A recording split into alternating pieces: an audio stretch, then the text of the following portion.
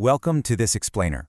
We're kicking things off today with a pretty powerful twist on René Descartes' famous philosophy. It really sets the perfect stage for rethinking how we approach online education. The quote goes, "I think, therefore I can teach. But when I reflect on how I teach, I can become a better teacher." That simple yet totally profound shift from just thinking to actively reflecting, well, that is the beating heart of our topic today. Today we are unpacking a deeply reflective essay by Professor Jonathan Acuna Solano. His work explores the absolutely crucial pedagogical shifts we need to make to transform online adult English language teaching, or ELT, environments. We're talking about moving away from that rigid, traditional classroom model and looking at what it actually takes to foster genuine, shared learning in a virtual space. To get us there, we'll guide you through 5 specific paradigm shifts: the reflective teacher, from authority to facilitator, co-constructing knowledge, designing true collaboration, and finally, the learning thermometer. Let's get into it. Starting with Section 1, the reflective teacher. Let's look at the context and the educator behind these insights. Professor Acuna Solano's essay is actually rooted in his own experience taking the British Council's Teaching English How to Adapt Resources course. But here's the cool part. He doesn't just treat the course material as a dry list of instructions. Instead, he uses active reflection as a kind of mirror. He points out that reflection is the exact mechanism that lets us transform a raw experience into actual, meaningful learning. It's all about taking a pause to question not just what we do in our online classrooms, but why we do it.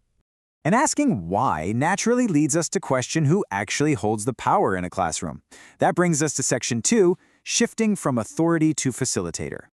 Historically, teaching has relied heavily on a pretty stark setup. The teacher holds all the knowledge and transmits it straight to the student. The teacher centralizes all the control. But in online adult ELT environments, Acuna Solano argues that educators really have to let go of some of that direct control. Instead of being the sole authority figure just handing out facts, the modern online teacher is more like an architect. You design the environment, you step in with strategic intervention at exactly the right moments, and you build the boundaries where your students can thrive and become independent. But if you aren't just lecturing up there, how does the learning actually happen? Well, that takes us to Section 3, co-constructing knowledge. It happens through peer interaction. This idea is anchored heavily in the work of psychologist Lev Vygotsky, specifically his brilliant concept of the zone of proximal development, or ZPD. Now, ZPD reveals something kind of magical about human learning. A learner can achieve significantly more when they're interacting with others who provide assistance, compared to what they can figure out completely on their own. In a well-designed online classroom, students start to see their classmates not just as random people taking the same course, but as absolutely indispensable learning resources.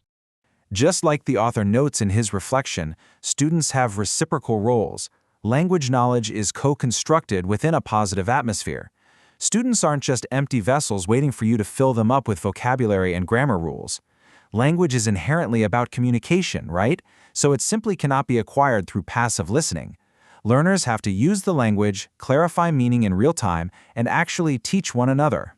And this kind of peer learning is especially powerful when you're dealing with adult learners. This connects directly to Malcolm Knowles' principles of andragogy. Think about it. Adult learners are working professionals. They bring rich life experiences, specialized professional knowledge, and really distinct perspectives to the table. When we fully embrace andragogy, all that professional experience becomes a distributed learning resource. The expertise isn't just sitting with the teacher anymore, it's spread throughout the entire virtual room.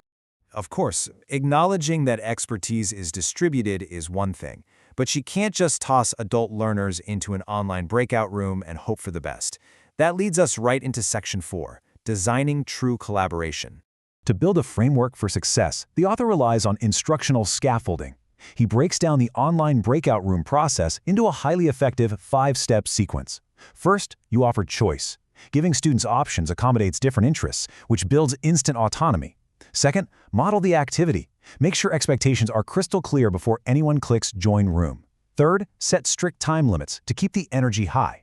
Fourth, actively monitor those breakout rooms. And fifth, provide constructive feedback the very moment the activity wraps up.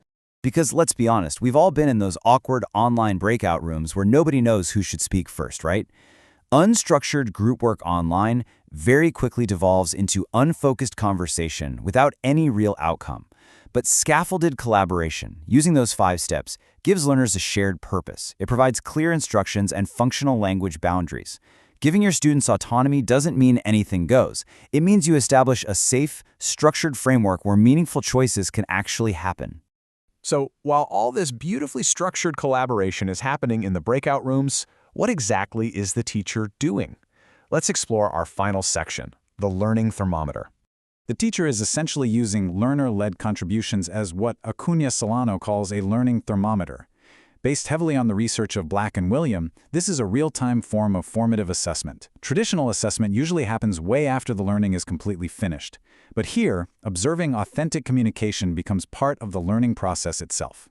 A student might easily ace a multiple-choice grammar test, but completely freeze up trying to use that exact same grammar in a spontaneous conversation. The learning thermometer measures what they can actually do with the language in a real context. By monitoring the breakout rooms, the teacher actively listens for specific linguistic patterns. You aren't just managing the classroom, you're quietly gathering rich evidence.